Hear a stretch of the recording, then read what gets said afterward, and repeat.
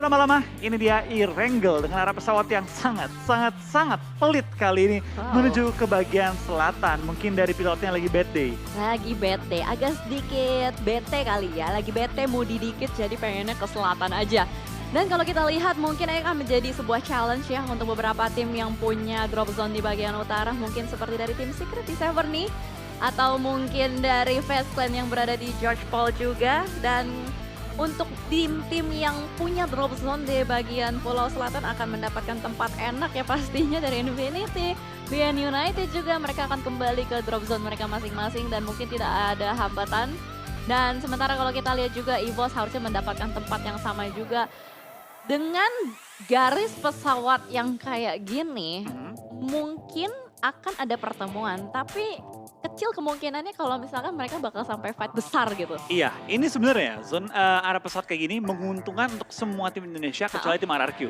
Dari tim BTR enak, Ya. dari tim GD juga enak, EVOS juga enak. Cuma RRQ, tapi itu pun nggak terlalu merugikan karena kan di tengah. Ya. So menurut gue Kita mereka masing-masing.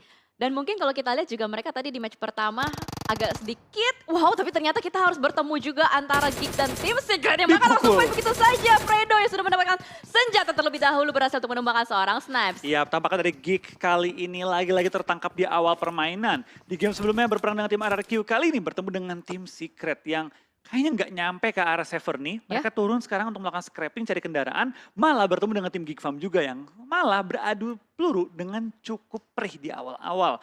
Kehilangan satu member tentu menjadi tantangan kembali untuk tim Geek Farm. Game Upnya seperti apa? Iya. Ini kenapa ini? Ada ngedet dikit tadi kayaknya. Oh kirain Ada mogok dikit, ya. nggak apa. Tapi gue suka loh logika dari tim Secret. Masa gini, mereka kan cuma ngambil looting satu area rumah. Betul? Gak mungkin berempat bisa looting rame-rame. Ya. Buat apa empat-empatnya turun? Mending satu orang mengamankan badan dia. Dorongnya lagi gue masih belum tahu kemana nih. Dan juga untuk dari EVOS pastinya enak banget ya. Seperti yang tadi udah lu bahas juga Flo. Kalau untuk tim Indonesia mendapatkan area yang enak kalau misalkan garis pesawat di bagian selatan. Iya, tapi gue penasaran ini Microboy looting di mana? Karena terlihat dia ini dekat dengan perairan, gue belum lihat area. Bener alone banget di bagian hospital seorang diri. Dan 3 temennya lagi main scrapping di bagian kiri pulau. Oke, itu lumayan unik. Dan sekarang dari BTR juga mulai terpantau. Mereka nggak terburu-buru juga untuk pindah. Mereka sedang melakukan scouting ke arah depan. Dari Zuxi dan kawan-kawan sedang melakukan scoping ke arah depan. Memastikan jalur mereka aman atau punya opsi untuk rotasi kembali. Sedangkan dari GD, mereka punya opsi sih untuk menuju ke arah jembatan. Tapi tentu dengan sudah mengkonfirmasi bahwa jembatan ini nggak ada begalnya. Itu dia. Mereka benar-benar harus mencari informasi sedetail-detailnya seperti apa. Supaya jangan sampai masuk ke jebakan Batman gitu kan. Karena biasanya di bagian jembatan itu seringkali setup jebakan-jebakan sudah mulai dibangun oleh banyak sekali tim gitu. Betul, dan susahnya di jembatan tuh nggak ada tempat untuk manuver. Untuk kita melakukan forting, untuk kita manuver pindah posisi, pilihan cuma satu, nyemplungin kendaraan ke laut. Tapi ya, itu balik lagi kalau memang dibegal. Tapi sekarang kita melihat ada 2 tim Indonesia yang cukup berdekatan. Tim BTR yang geraknya nggak terlalu buru-buru, versus tim RR di 50-50 lagi. Tapi di bagian pulau utama dapat, di bagian SMB pun dapat, tapi 50-50 dipisahkan oleh air. Kalau udah kayak gitu, tim yang tumbang bakal lama banget. Kenapa? Ini masalahnya apa? Masih ngambil bagian pulau utama, ngambil juga di bagian SMB, dan mayoritas air. Tapi nggak mungkin dong tim di awal-awal nyeburin diri mereka, kecuali mereka punya first aid 30 gitu. Gak mungkin banget karena ini masih circle kedua juga, jadi nggak make sense banget kalau misalkan mereka udah decide buat ya udahlah kita nyemplung aja. Dan sementara kita lihat begitu banyak tim yang berusaha untuk mengambil dari jembatan kanan yang sudah bermain di belakang sana. Tim Secret berhasil untuk mengamankan satu player di depan sana. Refract pun terjadi, saling menumbangkan satu sama lain. Tapi Parajin, Eagle Esport nampaknya juga tidak mau kehilangan momentum dan timing. Langsung saja menembaki satu persatu player-player dari tim Secret. Oh tapi sambil ada pemenggalan ternyata Onyx yang pengen untuk mendapatkan player dari tim GD ditabrak. Waduh. Sama lawan yang berbeda aksis kali ini. Dan dari tim Onyx dan juga dari GD kaget. Ada lawan lagi yang berbeda muncul. 3 tim di area yang sama. Foki pun di belakang karena lobby dengan backup dari seorang Sembai. Faris pun ditumbangkan kali ini. GZ lagi ngebuka vision ke arah depan. Dia punya cover di kendaraan tapi nggak banyak cover yang dia punya. Kacang susu pun tinggal kali bertahan di bagian gunduk-gundukan juga. Mika terspot juga oleh Jeff, spray down dilakukan. Tapi Mika akhirnya memutuskan untuk langsung nyelam dan menyelamatkan diri dia di perairan. Kacang susu tertinggal di belakang. Iya, mau tidak mau tapi kacang susu juga tertembak oleh seorang Sembai yang mengambil posisi di bagian dermaga. Menyisakan Mika seorang diri saja, the last man standing yang masih aktif yang mau nggak mau hanya bisa berenang-berenang saja di bagian pinggiran-pinggiran pulau pulau dari Erangel ini. Dan ini benar-benar membuat sebuah kesulitan untuk Axis itu sendiri. Dan dari Onyx pun akan mendapatkan ekstra lootingan. Peperangan juga yang bakal terjadi kembali. Oh my god, spray down dari seorang Sway. What happened? Counter sudah begitu ekstrim dari seorang Sunos, tapi ternyata refrag pun berhasil dilakukan. Ternyata itu bukan refrag melainkan third party. Iya, arah third party juga datang kali ini, tapi dari Sunoas berhasil menumbangin player dari tim VPI. VPI putar-putar ketemu lawan lagi, putar-putar ketemu lawan lagi, dan sekarang malah 3 tim perang di satu area yang sama. Infinity dengan knock yang mereka dapati coba untuk mensecure poin ke arah seorang Sunoas, dan yes, dapetin poin pertama mereka. Kali ini 55 player tersisa dari 16 tim yang berbeda. Axis 1 player tersisa, TS 2 player tersisa. Cukup banyak tim yang dikikis di awal-awal nih jumlah player mereka. Iya, ini circle ketiga rasa circle kelima Flo, karena dimakan sama lautan juga bagian play zone-nya, jadi membuat semua area berasa begitu sempit. Dan what happened? Paraji menembak dari kejauhan berhasil untuk menemukan satu player yang menjadi jangkar terakhir di belakang sana dari seorang Vampire. Lookett pun mau tidak mau bakal langsung diamankan begitu saja, dan sementara Logan lagi berusaha untuk mendapatkan seorang Deadcon, ditembakin begitu terus-menerus tapi masih bisa menghindar, masih mendapatkan timing untuk bersembunyi. Tapi Stone di belakang sana dengan ban boncos yang berusaha untuk memaksakan mobilnya untuk bergerak terus-menerus juga, dan membuat Deadcon kali ini agak sedikit tertahan di bagian open field. Yes, VPI yang paling dirugikan di fight kali ini, di mana Stone juga langsung dipulangkan ke arah lobby. 2i dapetin langsung 4 eliminasi, dan lihat circle-nya kali ini. Pindahnya itu galak banget, dan kayak kita bakal lihat cukup banyak player tim yang akan tertumbangkan dengan zona yang pindah begitu jauh. Sekarang kita lihat dengan migrasi massal dari semua tim menuju ke arah next zone. Tentu kita bakal melihat cukup banyak tim player kehilangan kesempatan mereka bermain di game kali ini. Benar, ini sebuah shifting zone yang benar-benar ekstrim banget. Membuat tim yang berada di bagian main island akan mendapatkan sebuah challenge yang benar-benar besar banget. Mereka harus decide menyeberang sekarang atau nyeberang nanti. Kalau misalkan nanti pun blue zone-nya udah terlalu sakit, nyeberang sekarang juga udah banyak sekali gatekeeper-nya di bagian pulau selatan. So we'll see lah tim mana yang akan bisa mendapatkan winner chicken dinner. Namun kali ini fight pun terjadi kembali di bagian dari pulau Sovnovka. Ada Eagle Damshin yang berusaha untuk melakukan boostingan terlebih dahulu sembari menunggu tembakan dari belakang masuk ke arah tubuh Damshin, berusaha untuk take cover, tapi Mela mendapatkan sebuah angle shot yang begitu enak dari bagian kanan, membuat Eagle kali ini terspot satu persatu player yang pada di belakang sana mulai terspot kembali, ditembakin tapi masih bisa menghindar dengan baginya. Yes, para Jin bakal terus laju ke arah depan, tapi ada juga Ravenclaw yang menunggu di sisi sana. Dakel pun tertumbangkan, Chopper pun mulai terpantau, spray down dari seluruh squad tim Infinity merupakan seorang Chopper, dan sekarang Infinity langsung mengantongi 4 poin di awal permainan. 46 player yang bertahan, tapi dari 16 tim yang berbeda. Lihat, dari Axis, dari... Kali ini kalau kita lihat sudah ada banyak sekali ikan-ikan di belakang sana, tapi Bigetron Red Alliance will join the fight juga dari Infinity yang sudah tertangkap satu player. Mela di belakang sana, masih ada usaha Nuzi untuk bisa menyelamatkan temannya, tapi apakah Bigetron mendapatkan timing dan momentum untuk memberantas Infinity? BTR langsung mengambil high ground dengan mengirim 3 player naik ke atas, dan kali ini Luxi menjaga sisi bawahnya, memastikan tidak ada player Infinity yang melakukan flank. Tapi dari revive sudah mau selesai, ini membuat keadaan kembali imbang, tapi Luxi lihat bersabar dan bersabar di pinggiran dari bukitnya, memastikan tim Infinity nggak bisa melakukan flank.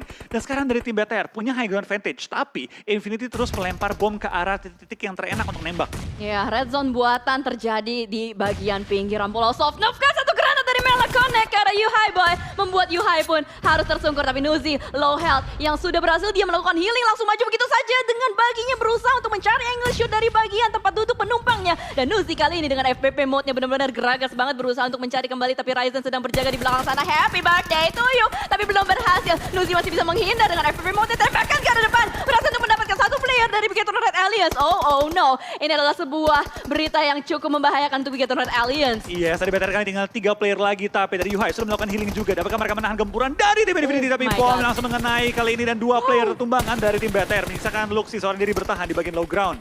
Wah gila, ini rapi banget setup dari Infinity. Meanwhile dari Luxi mungkin akan berusaha untuk menyelamatkan placement poinnya, tapi look at that, gila Infinity benar-benar berusaha untuk mengejar Luxi, the last man standing. Ayo ditancap gasnya, maju terus, pantang mundur Luxi.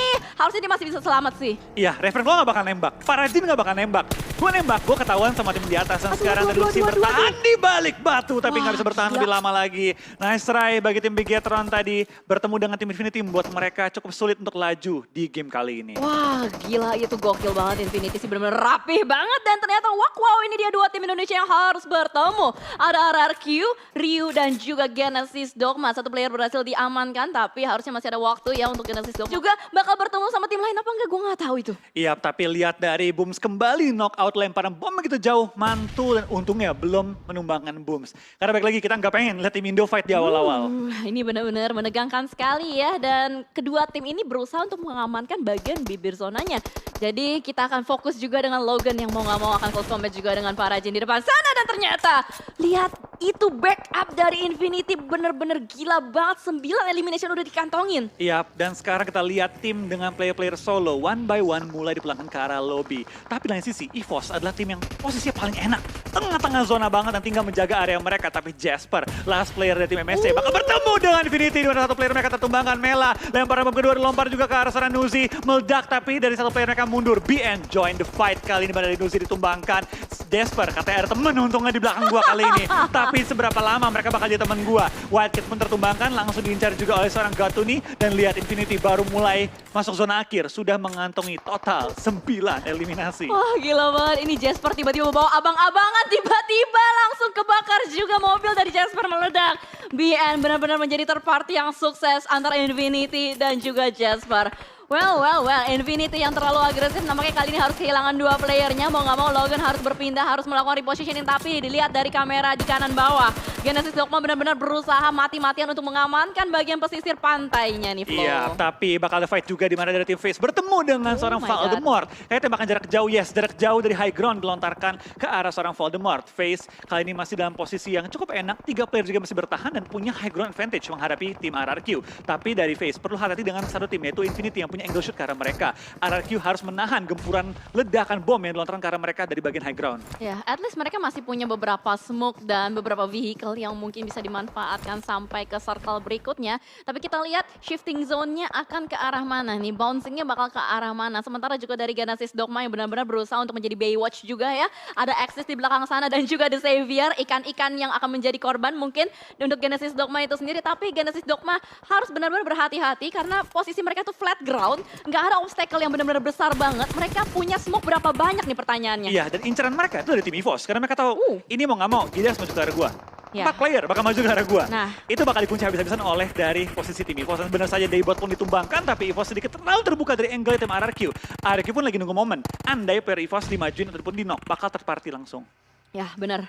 Karena ini 3 tim Indonesia berada di satu pintu yang sama dan ternyata Genesis Dogma player terakhir ke spot dan nice try juga untuk Genesis Dogma, namun RRQ Ryu benar-benar tidak mau menurunkan temponya, sudah mulai langsung tabrak aja ke bagian rumah milik EVOS. KF menyadari keberadaan penyusup di belakang sana, langsung ditembakin, tapi what happened? Itu sebuah granat nampaknya yang connect ke arah player-player dari RRQ.